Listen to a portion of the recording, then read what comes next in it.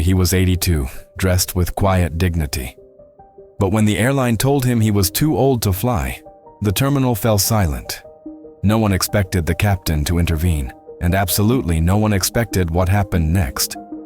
Stay with this story, because some flights don't just carry passengers, they carry destiny.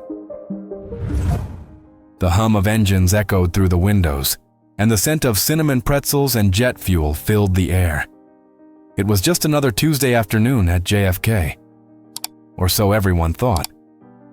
At Gate 27, passengers waited, half lost in their phones, travel pillows clutched like teddy bears. Children fidgeted. A couple argued softly in French. The intercom had just announced boarding for Flight 616 to San Diego. And that's when everything changed. He walked slowly, not because he had to, but because he wanted to. Jack Peterson, 82, wore a light gray trench coat over a navy blazer, polished leather shoes, a silver pocket watch, and a folded letter in his inside pocket. His eyes, pale blue and clouded with age, scanned the gate agents with quiet resolve. He wasn't a man in a hurry. He had waited 60 years for this. "Sir?" The gate agent, a young man with a forced smile, looked up as Jack handed over his boarding pass. Then came the pause, a wrinkle in the rhythm. "One moment, please," the agent said, typing something on his keyboard. Jack adjusted his glasses. Behind him, a line began to form. Another agent joined, whispered words, eyes on Jack, furtive glances. Jack waited, cane in hand, calm but curious. He had flown dozens of times, alone after Eleanor passed, and often with her during their years together. Never like this. "Mr. Peterson?" The first agent returned, his tone apologetic but firm. "We're going to need to delay your boarding." Jack tilted his head. "Excuse me?" "There's been a concern raised about your age and travel alone. Due to airline safety policy, we're required to—" "Stop right there," Jack interrupted, still composed. "Are you telling me I'm too old to get on a plane?" Whispers from the line behind him. Someone took out a phone. "I'm perfectly capable," Jack continued. "I walked here from security. I've been flying since your grandfather was in diapers." "I'm really sorry, sir," the agent said nervously. "It's protocol. Someone flagged a concern when you checked in. We have to follow up." Jack took a slow breath. His cane tapped once on the floor. And who exactly raised that concern? The agent didn't answer. "Let me guess," Jack said quietly. "They saw an old man, and they assumed weakness." Silence. Passengers stared. Some stepped aside, awkward, uncomfortable. Others looked angry. It wasn't every day you saw a man with class and dignity told he was unfit to travel. Not for health, but for age. "I'm going to San Diego," Jack said firmly. "There's someone I need to see. It's been 60 years. I'm not missing this flight." "Sir?" the agent began again, but his voice was shaking now.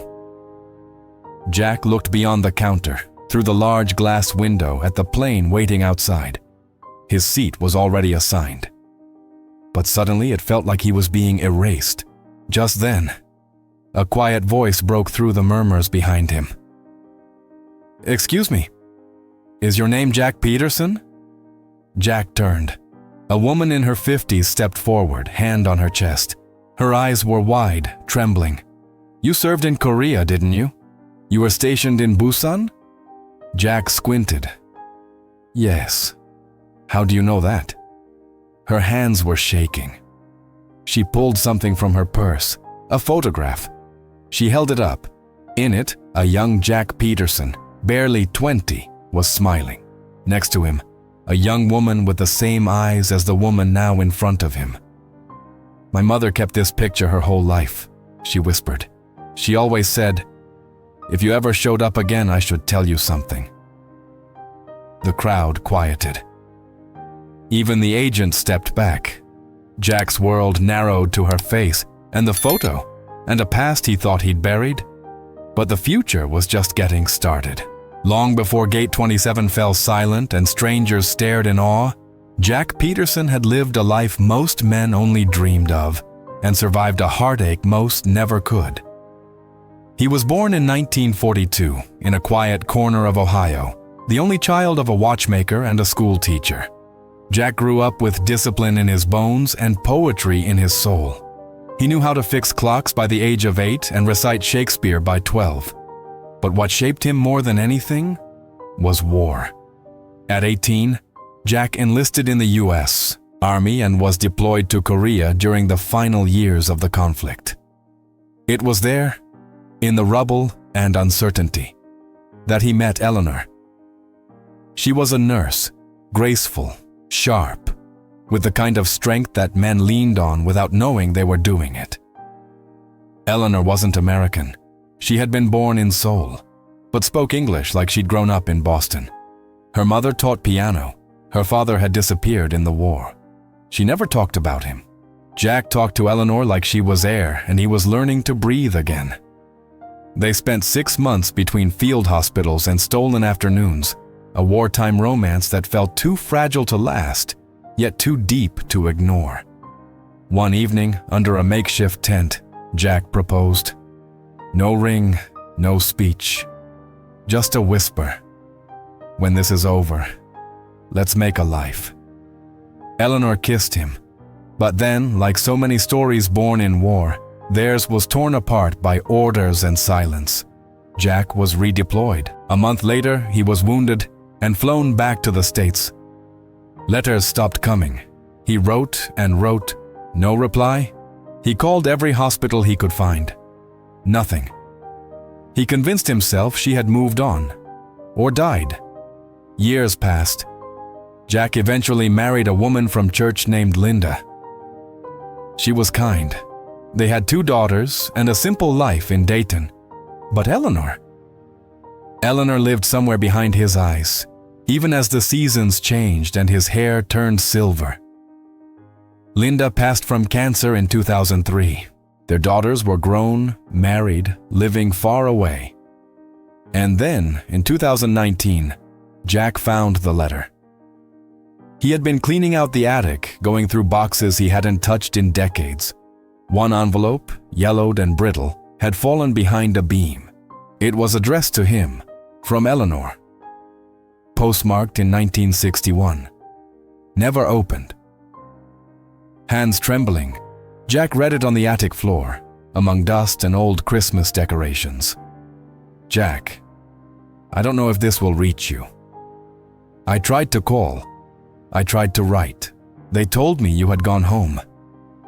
But I never stopped loving you. I'm raising a daughter. Her name is Sarah. I wanted to tell you sooner, but I was scared. Please forgive me. If you ever want to find us, we're in San Diego. Always yours, Eleanor. Jack read the letter 10 times that night, then 20. He didn't sleep, and the next morning he booked a flight to San Diego, not just to find Eleanor, but to meet the daughter he never knew existed. Now, standing at Gate 27, accused of being too old to fly, Jack wasn't thinking about dignity or policy. He was thinking about a child. His child. Somewhere in that city there was a woman named Sarah who might look like Eleanor, who might have his eyes, who had lived an entire life not knowing he existed. And he had just been told he was too old to get on a plane. His fists clenched at his sides, not from anger, from grief, from time. He had wasted too much of it already. And this humiliation was threatening to take away his last chance. That's when the woman approached, the one with the photograph. My mother kept this picture her whole life. Jack's breath caught in his throat. The woman looked at him with tears in her eyes. I think you're my father, she whispered. Gasps echoed behind them. The gate agent took a step back. Jack didn't move. He stared at the woman in front of him. The shape of her nose, the tilt of her head. Her hands looked like Eleanor's. His voice broke as he said, Sarah? And before she could answer, a deep voice interrupted them. What's going on here?" Everyone turned. A pilot stood nearby, tall, broad-shouldered, with a calm authority that made the crowd part for him. His uniform was crisp, his eyes sharp. Captain Daniel Hayes, Flight 616. He had been watching the scene unfold, and now he wanted answers. Jack turned slowly. A father, a veteran, a man denied, and something in the captain's face shifted as their eyes met. The letter had been written on the thinnest paper Eleanor could find, a soft blue sheet folded with care, ink slightly smudged in places where her tears had landed first. She had written it alone, in a quiet kitchen at dusk, while her daughter, their daughter, slept in the next room.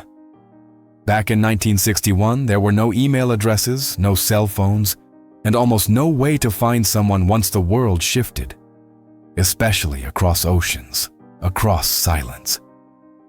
She had written that letter out of love and fear. Jack Peterson still remembered the moment he found it, hidden behind a wooden beam, trapped by time and regret. He had stared at it, unread for nearly an hour, afraid to open something that could shatter the carefully constructed narrative of his life.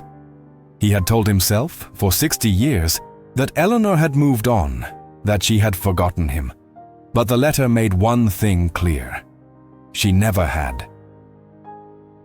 Neither had he. Now, face to face with the woman claiming to be Sarah, the daughter Eleanor had written about, Jack felt his whole life collapsing and reforming in a matter of seconds. "I need to sit down," he whispered. The airport staff, overwhelmed and confused, stepped aside as Sarah gently led him to an empty bench near the window. The crowd watched, hushed. Jack sat, his hands trembling. He looked up at Sarah, her eyes filled with a mixture of hope, hesitation, and aching vulnerability. "Your mother," he said, voice cracking, "was the love of my life." Sarah nodded slowly. "She never married?" Jack's chest tightened. "Is she?" "She passed away 2 years ago," Sarah said, the words like a soft blow. "Breast cancer. I was with her every day." Jack swallowed hard, his vision blurred. "She never stopped talking about you. She waited. She wondered. She thought maybe you got the letter and just didn't come." Jack shook his head, tears slipping down his cheeks. "I never got it. I never even knew I had a child." Sarah reached into her purse and pulled out a faded, folded copy of the same letter Jack had found. "She made me promise," she said, handing it to him, "that if I ever met you, I would give this to you again, just in case the first one never reached you." Jack took it with both hands, as if holding something sacred. His fingers brushed the familiar handwriting. He felt like a boy again, a soldier, a husband, a father. The years blurred. The pain was real, but so was the chance. This woman standing here now might have his blood, his laugh, his stubborn streak. She might be the only family he had left who still remembered Eleanor. The gate agent stood nearby, uncertain of what to do next. Passengers had gathered at a distance, watching the scene unfold like a movie, unsure whether to applaud, cry, or simply hold their breath. Captain Daniel Hayes stepped forward now, his voice firm but calm. "Mr. Peterson," he said, "is there a reason you're not on my plane?" Jack looked up, wiping his face with a handkerchief. "Apparently I'm too old." The captain raised an eyebrow. "Says who?" The gate agent stepped in quickly. "Sir, there was a flagged concern from the check-in desk. Some protocol about solo seniors over a certain age, especially when there's no emergency contact." The captain cut him off. "That's not a law, that's a guideline, and it's misapplied here." The agent hesitated. I'll take responsibility," Captain Hayes said firmly. "He's coming with us." The crowd behind them broke into soft applause. Jack stood up slowly. Sarah reached for his hand, I don't know what happens next, she said softly. Neither do I, Jack replied. But I'm not losing this moment. They walked together toward the gate. Jack, older than most, wiser than all, stepped into the present with a future he never expected. A daughter who looked at him not with resentment, but wonder. Captain Hayes waited at the door of the jet bridge. As Jack passed, he placed a hand on the older man's shoulder. Sir, he said, I don't know your story, but something tells me it was worth waiting for. Jack smiled, eyes glistening. It still is. As they disappeared down the jet bridge, passengers moved quietly toward their own destinies. Some touched, some changed, all reminded that the sky isn't the only place where we fly. Sometimes, it happens in the heart. Captain Daniel Hayes had barely stepped away from the gate when the commotion started again. A woman in a sleek pantsuit, hair pulled tight and clipboard in hand, approached the podium. She wore the badge of a senior airline supervisor, the kind of person who didn't blink twice before enforcing rules that had long lost their humanity. Is this the passenger in question? She asked, eyeing Jack like he was a problem to solve. The gate agent nodded nervously.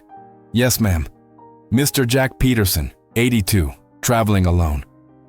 She turned her eyes to Jack. Sir, I'm going to need you to step aside for a secondary evaluation. This isn't personal, it's policy. Jack's spine straightened.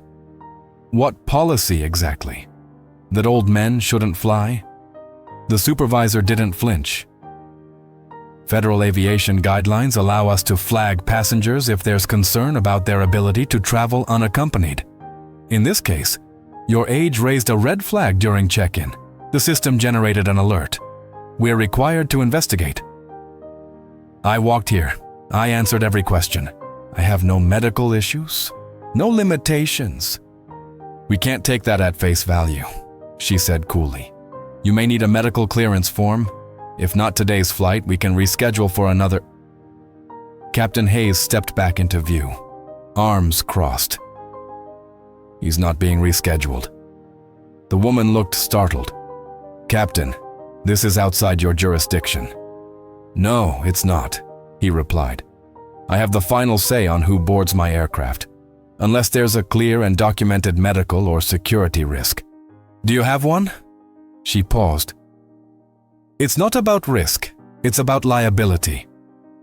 It's about dignity, the captain said flatly. I've flown passengers in wheelchairs, on oxygen, with emotional support animals, and more. Never once have I denied someone a seat for being old. Jack stood quietly as the two clashed. His hands gripped his cane, but his heart pounded with a different kind of adrenaline. The one that comes when you realize the battle isn't over yet, but someone is finally fighting beside you. The passengers nearby watched in silence. A few filmed with their phones. Others crossed their arms, heads shaking in disbelief. Sarah stepped closer to the supervisor. He's not alone, she said. I'm his daughter. I'll sit with him. I'll take full responsibility. Whatever you need. The supervisor looked unsure now. Her confidence wavered in the face of Sarah's calm intensity. Captain Hayes took a breath.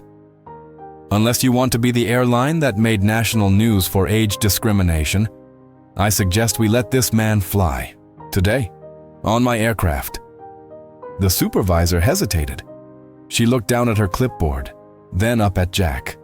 He met her gaze, not angry, not begging, just steady. He had buried a wife. He had fought in a war.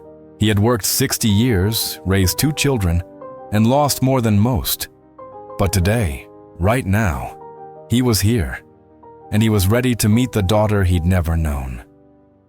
The woman finally spoke. Very well, he's cleared. A breath escaped the room like air from a pressurized cabin. The gate agent exhaled. Sarah smiled. Captain Hayes gave a single nod. Jack closed his eyes for a moment, whispering something only he could hear. A prayer. A thank you. Or maybe just Eleanor's name. As boarding resumed, passengers moved forward again, but something in the atmosphere had changed. The hush had become reverent. An old man was not just a passenger, he was a reminder that people are not statistics, that stories don't end at 70 or 80. That love, the kind that stretches across decades, still holds a seat on every plane. As Jack handed his ticket to the scanner, the gate agent paused and looked him in the eye. "I hope you find what you're looking for, sir." Jack smiled. "I already did." He turned toward the jet bridge. Sarah at his side, the past behind him, and the rest of his story waiting beyond the clouds. Just as Jack and Sarah approached the entrance to the jet bridge, another voice called out from behind. "Wait! Jack Peterson?" The tone wasn't aggressive. It was astonished. A mix of disbelief and emotion wrapped in something much deeper than mere curiosity. Jack turned, slowly. From the crowd near the waiting area, a woman stepped forward. She looked to be in her early 70s with curly silver hair, a worn leather purse slung over her shoulder, and a travel pillow hanging loosely around her neck. Her eyes, green, sharp, filled with sudden tears, were locked onto Jack's face. "You probably don't remember me," she said softly. "But I remember you. I remember Eleanor." Jack froze. The terminal seemed to dissolve around him. Who are you?" he asked gently. The woman smiled, her lip trembling. Margaret Ellis. I was Eleanor's roommate in Seoul. We worked at the same hospital. She used to talk about you every night." Jack's knees buckled slightly, and Sarah grabbed his arm. "You knew her?" he whispered. Margaret nodded. "She was like a sister to me. When she found out she was pregnant, I was the first person she told. She wanted to write you, but she was scared. So scared. Not of you, of the world, of what it would do to someone like her, carrying an American soldier's child." Jack's voice was hoarse. "She said she tried to call, to write." "She did," Margaret said, "but nothing ever came back. We thought, maybe you changed your mind, or maybe your family stepped in." She cried for weeks, Jack. Sarah stood silently between them, her hand tightening around Jack's. Margaret continued. "I moved back to the States a year later, settled in Fresno. We lost touch for a long time. Until Facebook. She found me again in 2005. We wrote letters, called now and then. She told me she still hoped you'd find her. She never stopped." Jack blinked rapidly, holding back a wave of emotion. "She died thinking I forgot her."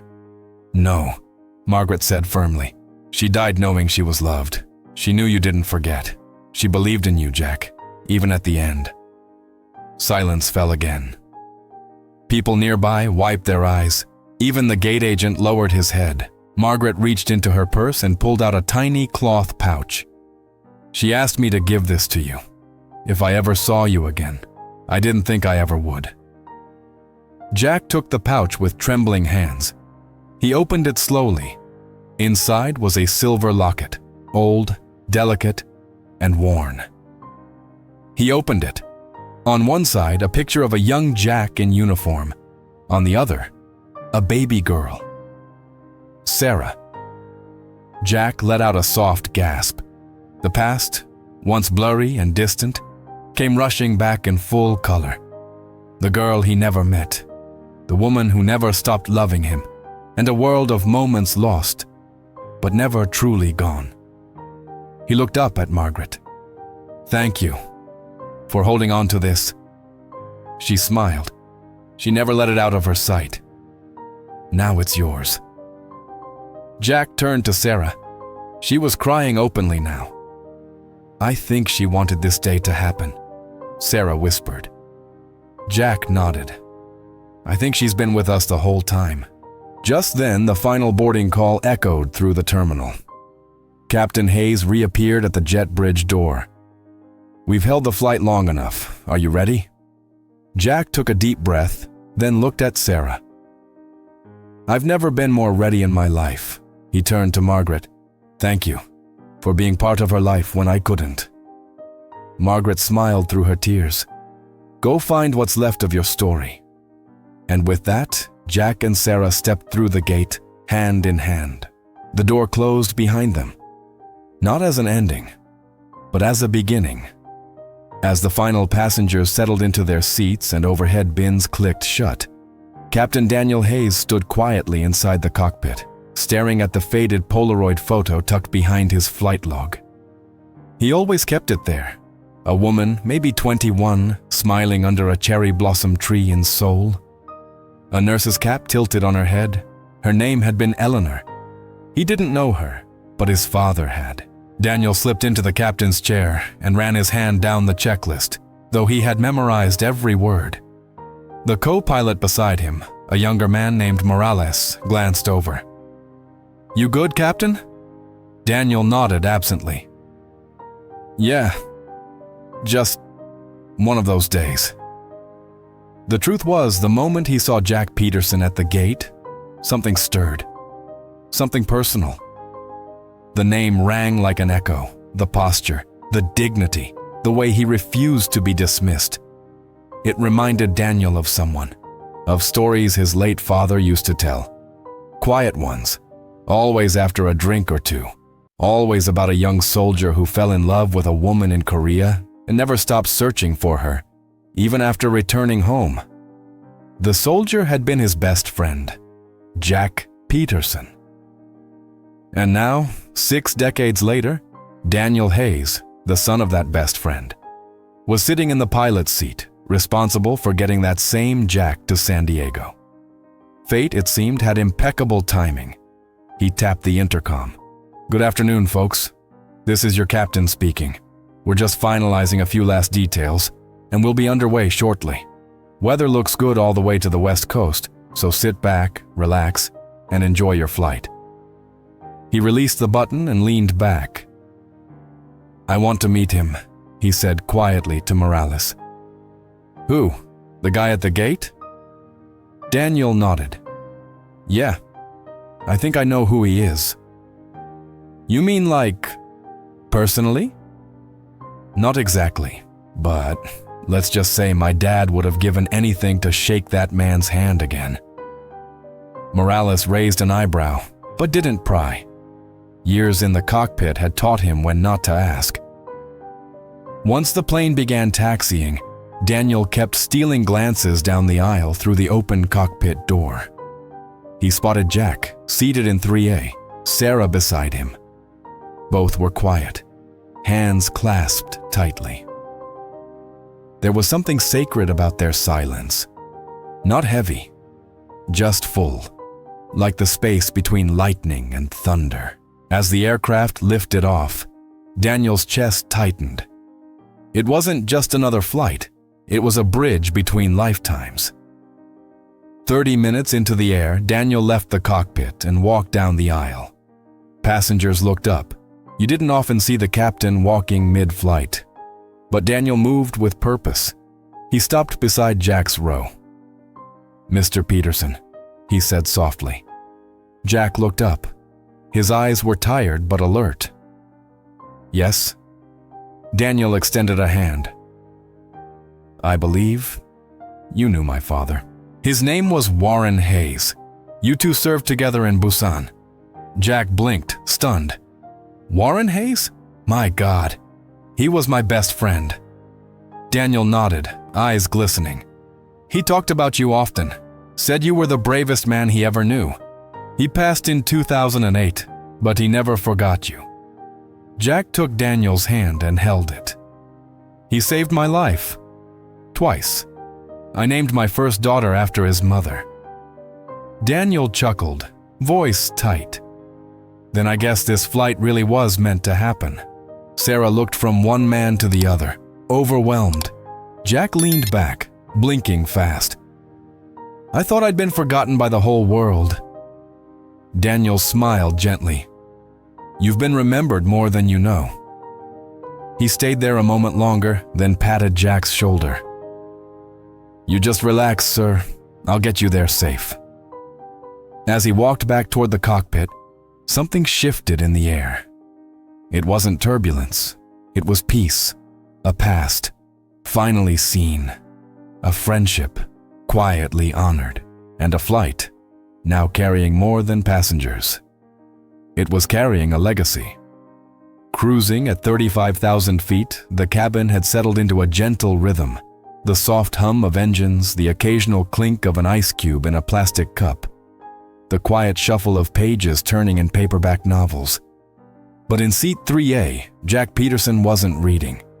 He stared out the window at a sky so wide it made time feel meaningless. Sarah sat beside him, her fingers gently resting on his forearm, a lifeline tethering him to the present. His mind, however, was somewhere between past and future. Every bump of the plane, every announcement, reminded him how many times he had flown in his life. But none had ever felt like this. This wasn't just a flight. It was a journey toward truth, identity, forgiveness. He had missed so much, and yet he was here now. That had to count for something. Suddenly, the intercom crackled to life. "Ladies and gentlemen," came the voice of Captain Daniel Hayes. "This is your captain speaking. I know this is an unusual request, but if I could have just 2 minutes of your attention, there's something I'd like to say." The usual rustling in the cabin paused. Conversations tapered off. Flight attendants stopped mid-aisle. "In all my years of flying," the captain continued, "I've made thousands of announcements about weather, delays, turbulence, but this one is personal." Jack straightened in his seat. "There's a passenger on board today who changed the course of my family's life, and he doesn't even know it." A hush fell over the cabin. "His name is Jack Peterson. He served in Korea with my father, Warren Hayes. They were best friends, brothers in arms. My father used to say he never would have made it home without Jack. And because my father made it home, I'm here. I became a pilot because of him. And today, I have the honor of flying the man who once stood beside him when the world was falling apart." Gasps rippled softly through the passengers. Jack blinked fast, overwhelmed. "But that's not all," Daniel continued. "Mr. Peterson isn't just flying to San Diego. He's flying toward a daughter he never knew he had, and a love story that never really ended." Now the silence was absolute. Sarah held Jack's hand tighter, her lips trembling. "Sometimes," the captain said, "airplanes aren't just about getting somewhere. They're about returning to something we lost, or something we never knew was waiting for us. And today, this flight carries more than luggage. It carries legacy, love, and the courage to start over." He paused. "So, to Mr. Jack Peterson, from the flight deck and from my heart, thank you for your service, for your sacrifice, and for your story. We are honored to have you aboard." The intercom clicked off, and then it started slowly, row by row. Applause, soft at first, then rising. Passengers turned to look at Jack. Some stood, others wiped tears. Jack bowed his head, overcome. His lips trembled as he whispered, "I don't deserve this." Sarah leaned in. "Yes, you do. Every word." He looked up. All his life he had carried quiet grief, unsent letters, and unanswered questions. But here at 35,000 feet, strangers had made room for his story, not out of pity, but out of recognition that some lives are stitched into the world in invisible ways, that some flights carry far more than passengers. As the clapping faded, the woman across the aisle, maybe 60, maybe a grandmother, reached over and placed a hand on Jack's. "Thank you for coming back," she said softly, "for all of us." Jack smiled. For the first time in a very long while, he felt found. The applause had faded, but the feeling lingered. That rare, sacred stillness when a group of strangers recognizes something beautiful and chooses to honor it. Jack Peterson sat back in seat 3A, quiet tears drying along the creases of his weathered face. The folded locket rested in his hand, still warm from the touch of memories. He hadn't opened it again. Not yet. Some things needed space to be felt. Sarah leaned her head on his shoulder. "I never imagined this would happen," she said softly. Jack didn't respond right away. He just watched the clouds drift like distant islands outside the window. Neither did I. As the flight attendant passed with a cart, she paused beside them. "Mr. Peterson." Jack looked up, surprised. She handed him a note on airline stationery, folded once, his name written in careful penmanship. He opened it slowly. "Jack, I reserved seat 3B for her. I know she isn't here in body, but somehow, I think she's still flying with you. I've seen enough skies to know when someone brings love aboard. Captain Hayes." Jack looked to his left. Seat 3B had remained empty, even as others scrambled for better spots or asked to switch rows. The crew had kept it untouched, a quiet tribute to Eleanor. Jack's throat tightened. For a moment, the hum of the engine softened and time slowed. He reached into his coat pocket and pulled out a smaller envelope, yellowed, creased, with his own handwriting on the front. Inside was the letter he had written to Eleanor a week after returning from Korea. She never received it, but he had kept it. All these years. He unfolded it slowly, his hand shaking slightly. "My dearest Eleanor, not a day passes that I don't see your face. I promised to return, and I meant it. I don't know where you are now, or if you even remember me, but I need you to know that I never stopped loving you, not once. If you get this, if by some miracle you're reading this, come find me. I'm yours, forever, Jack." He read the words aloud in a whisper only Sarah could hear. When he finished, she reached over and took the letter, folded it carefully, and placed it in the empty seat beside them. "For her," she said. Jack nodded. He looked at the empty seat again, and for a split second, he saw her. Not as a ghost, not as a dream, but in the tilt of Sarah's smile, in the curve of the clouds, in the warmth that hadn't left his chest since they boarded the plane. Eleanor. She had flown with him before. She was flying with him now. The woman across the aisle saw the letter resting there and gave a small nod of understanding. The flight attendant passed again, but didn't ask about the empty seat. Everyone seemed to know. Some seats on a plane don't need a body. They carry a spirit, a promise, a memory. Seat 3B held more than air. It held love that refused to die. And as the plane crossed over the Rockies, Jack Peterson closed his eyes. Not to sleep, but to remember her the way she used to be. Wind in her hair, eyes full of light, and a laugh that had echoed across continents. The clouds outside were glowing now, kissed by the golden tones of a setting sun. Flight 616 drifted westward, crossing into California airspace, and the cabin had grown quiet, as if the sky itself knew not to interrupt what was happening in row 3.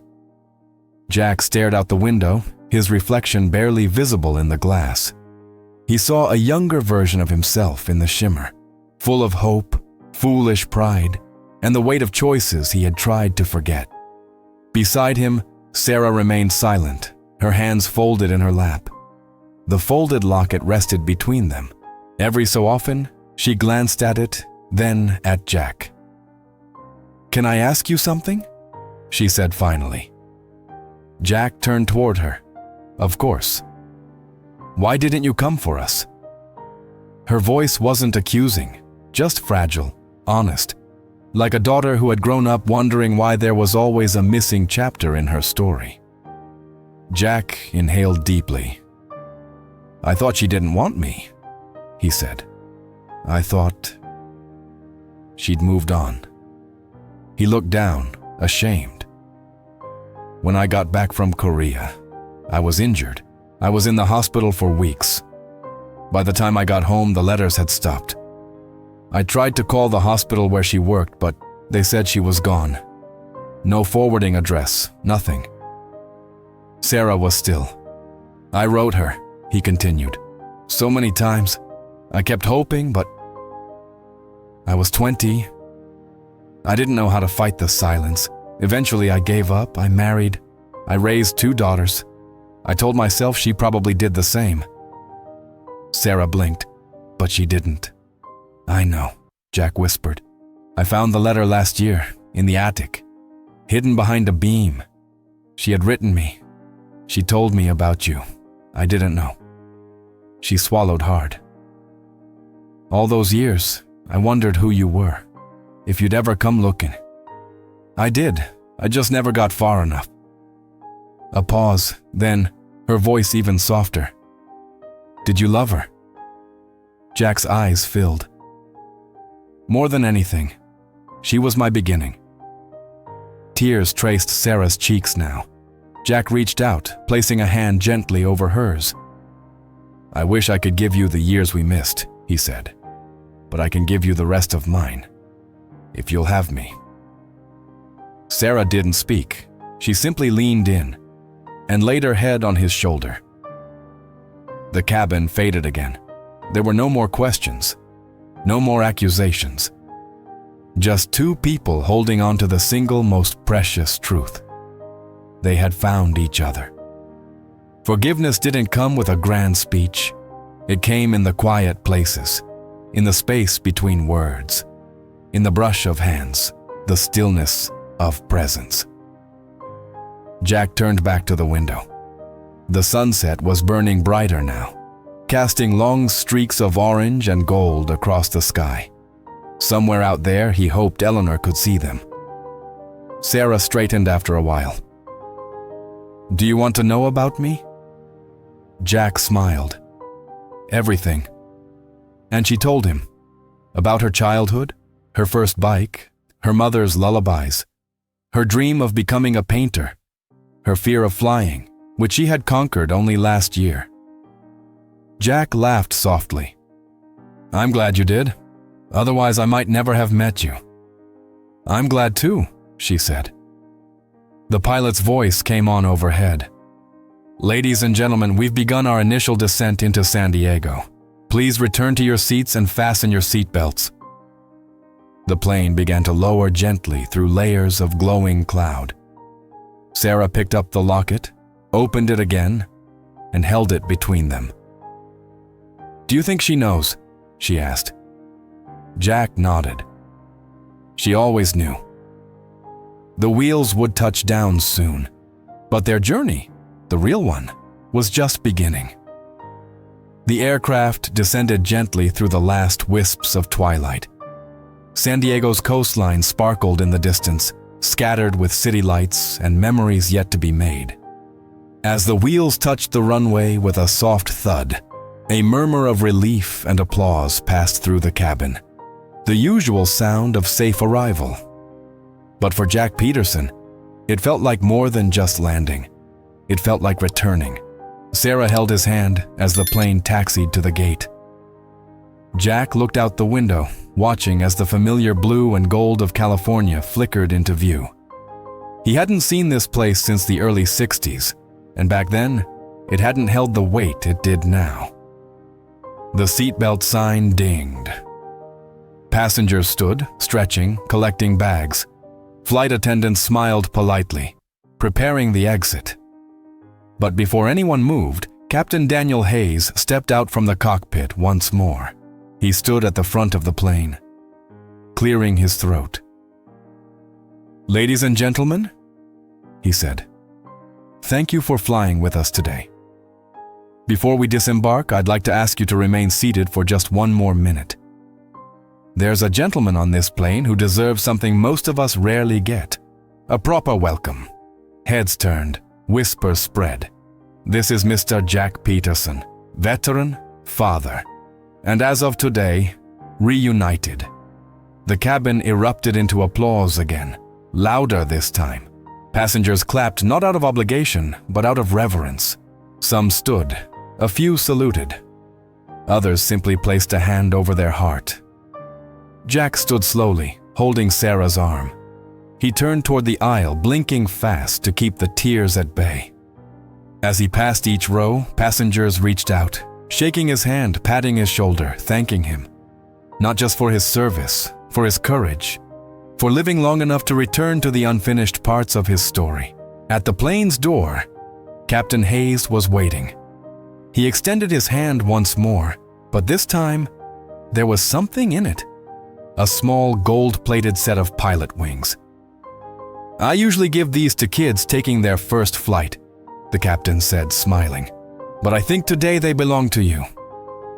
Jack accepted them, his fingers curling around the smooth metal. "I don't deserve this," he whispered. "You do," Daniel said. "For the flight, you never stopped trying to finish." They stepped into the jet bridge, and the brightness of the terminal lights met them like a curtain rising on a long-awaited scene. At the gate, a woman in her early 30s stood waiting, Sarah's daughter Lily. She had Jack's eyes. Jack froze, overcome. Sarah squeezed his hand. "Dad, this is your granddaughter." Lily stepped forward and hugged him. No hesitation, no confusion, just arms around his shoulders and a voice that whispered, "Welcome home, Grandpa." And just like that, the circle closed. Years of absence collapsed into one perfect beating moment. They walked together toward baggage claim. 3 generations. Jack carried no suitcase, only a locket in his pocket, wings in his palm, and something far heavier and lighter than luggage. Peace. Have you ever seen something unforgettable at an airport? A reunion, a goodbye, or maybe a moment that changed someone's life? Share your story in the comments. We read every single one. If this story touched your heart, please consider clicking like, subscribing to our channel, and turning on the notification bell so you never miss a journey like this. And if you'd like to support the channel and help us keep telling these powerful stories, please consider leaving a super thanks. Every gesture means the world to us. Now, if you're still wiping away a tear, don't go just yet. Click the video on your screen and let your heart take flight once more. Because here, every terminal has a story.